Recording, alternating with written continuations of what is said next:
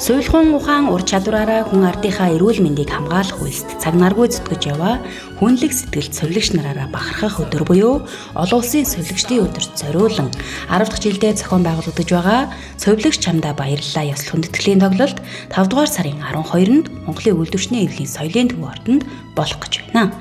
Монгол улсын гавьяа жүжигчин эстрадын нэр дуучин уран чимэг тэргүүтэй уран бүтээлчид алтан гарт сувилагчдаа магтан дуулах өдөр ойрцоор байна.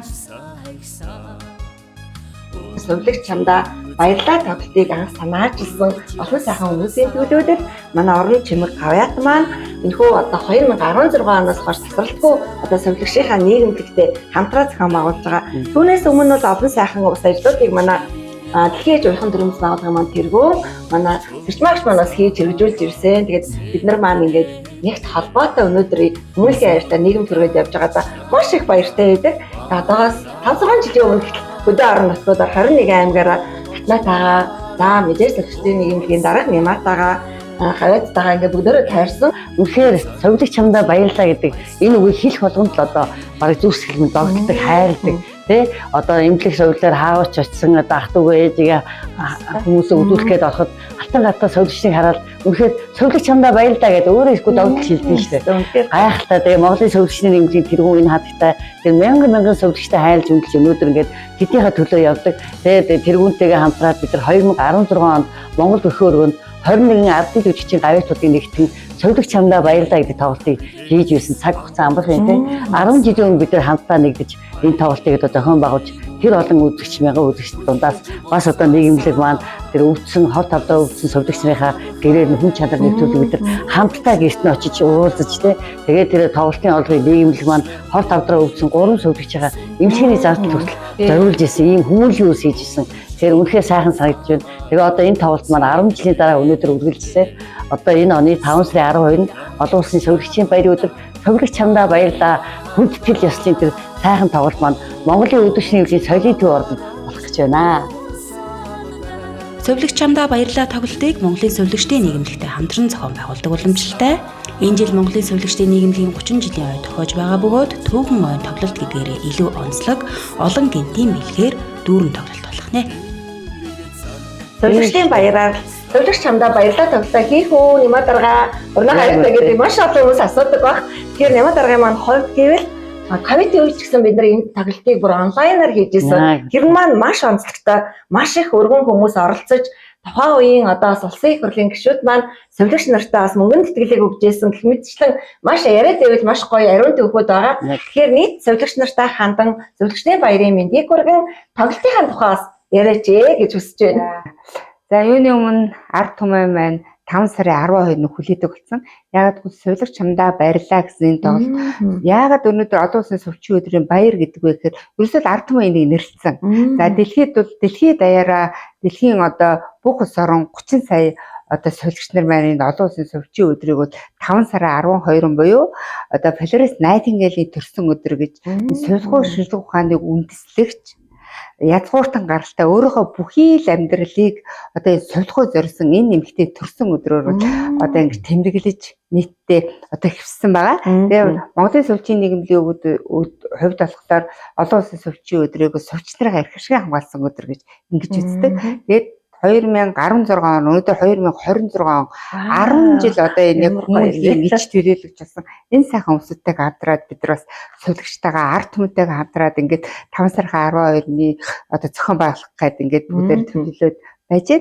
За тэгэхээр сувилагч гэдэг бол маш тийм хүнлэг, инэрэнгүү одоо нэмжин сэтгэл агуулсан нийт ард түмнийхөө төлөө өдөр шөнөгүй ажиллаж байдаг ийм сайхан одоо инэрэнгүү хүмүүнлэг ийм одоо мэрэгжил байдаг. За тэлгүй ахуу тэгэхээр хүн чанар нэвтрүүлэг үргэлж гэгэн бүхнийг үзэгчтэй хүргэж аль болох гэгэн сайхан саруул зүйл хаана вэ?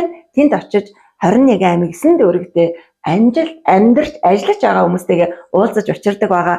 Энэ сайхан гэгэн өдөр хүн чанараа хайрлах хөл мэдээллийн байгууллагын удирдах зөвлөлийн бас гишүүн сэрчмаагчгаа бас энэхүү одоо бидний урилгыг хүндэтгэн хүлээж авч нэвтрүүлэлт бас чимэг болж байгаад маш их баярлаж байна. Тэгэхээр хүн чанар гэж хоёрхоо үгийг та маань одоо биднэрт үлгэр дуурайл олгож Урнаа гавьяат маань үргэлжлүүлж Би одоо бас ингээд цаашдаа та хоёрынхаа одоо хаан ч өрөхгүй ч гэсэн хичээж яваа шүү. Тэгэхээр та маань цэгэр дэлгэцээ үзэн суугаа эрхэм совилогч нартаа халуун баяр хүргээд хүн чанарын тухай нэг хоёрхоо өгүүлбэр үзэгчтэйгээ хуваалцахгүй юу гэж хүсэж байна.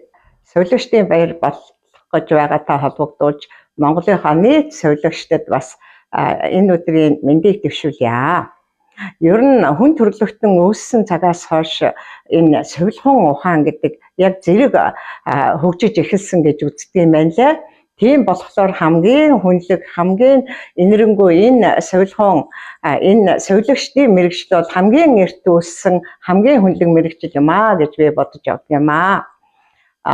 Совилогч хүн бол маш их онцлогтой. Яагаад гэхээр энэ хүмүүсийнхээ эрүүл энхийн төлөө өдөр шөнөгүй зүтгэдэг.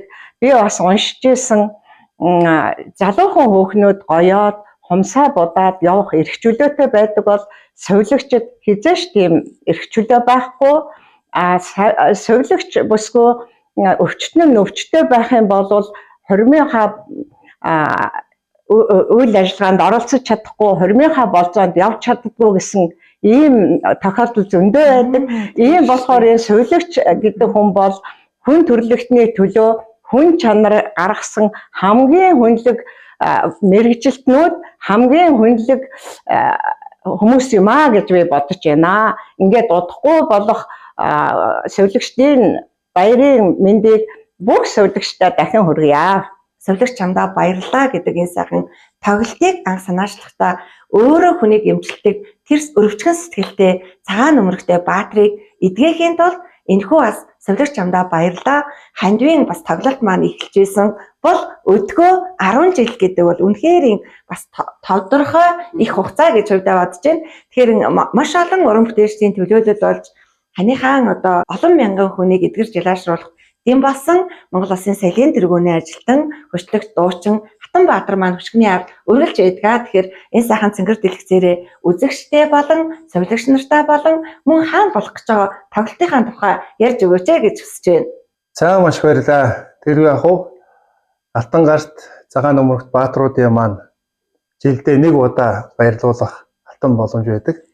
Бид нэр үргэлж одоо хүний төлөө шин зүрх сэтгэлээг өөрлөж бие биендээ сэтгэлийн дэм урмын сайхан үгийг хэлдэг байвал ямар их сайхан бэ гэж үргэлж бас бодогддог юм аа.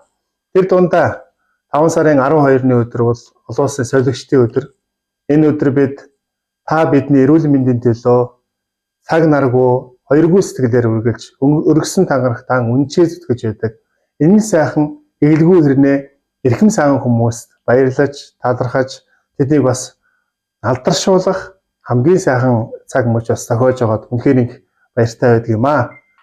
За Монголын совилогчдын нийгэмдэг маань хийх олон ажлын нэг бол яхан аргагүй 5 сарын 12-ны өдөр болдог олон улсын совилогчдын өдрөөр совилогч чамдаа баярлалаа гэдэг нөхөө сайхан тоглолтыг олон сайхан совилогч нараа бас баярлуулж тэднийг алдаршуулж, шагнаж урамшуулж мөн тэдэнд бас чин сэтгэлийн бас баяр талархлыг илэрхийлж ажиллах эрч хүч урам зоригийг бас уран бүтээлч бидний аюулгүйн сайхан дуутай хамтдаган хүргэдэг нь үнэхээр сайхан байдаг. Ингээд совилогчийн тусламж үйлчилгээг аваагүй нэг айл өрх, нэг хүн гэж юусоо байдаггүй.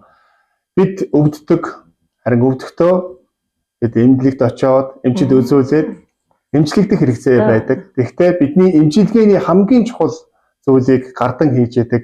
Энгийн хэрнээ эгэлгүй тэрэл эрхэм хүмүүс бол яхан аргагүй совилогч нар байдаг аа. Ингээд Монголынхоо өнцөг болон бүрт суугаа бүх сайхан совилогч нартаа олон улсын совилогчдын баярын халуун мэндийг өргөн дэвшүүлье. Ингээд та бүхэн маань бол Монгол улсынхаа хүн нэг бүрийн төлөө, эрүүл биеийн төлөө өргөсөн тангарагтаан үнчээр зүтгэж явдаг эрхэм сайхан хүмүүс эгэлгүй баатрууд юм шүү. За тэлгүй яхаа бид бүхэн яриад ивэл маш олон сайхан түүхүүд бөгөөд маш олон гоё сюрпрайзууд, маш олон шинэ уран бүтээлчд энэхүү тоглолтод маань оролцох нэ. Гол нь совилогч нар маань 5 дугаар сарын 12-ны өдөр олуулаа нэгэнд орж чуулж олон сайхан хүмүүсийг урамшуулж ээж аав, элгэн садан, гэр бүл, эмчлүүлэгч, хайртай дотны бүхэл хүмүүстэй уулзуулах бас нэгэн том баяр юм. Тэгэхээр энэхүү совилогч нараараа бид бахархгүй байхын аргагүй хөшигний цаана эгэлгүй баатар, цагаан өмөрхтэй баатрууд маань бидний гэр бүл болгонд өөрийн гараа сунгаж тусламжийн гараа сонгож өрөвч сэтгэлээ зориулдаг юм шүү. Таны, миний, та бидний гэр бүлийн эрүүл энхийг хамгаалагч цагаан нөмрөгт цайлган сэтгэл сахиусан тэнгэрүүд сувилагчтай магтан дуулах, алдаршуулах тоглолтод хүрэлцэн ирж, хамтдаа дуулж, хамтдаа баярлаж, хамтдаа талархах хүн бүхнийг 5 дугаар сарын 12-ны 18 цагт Монголын үйлдвэрч нэвлийн соёлын төв ордонд хүндэтгэн урьж байна. Саага сэтгэлтэй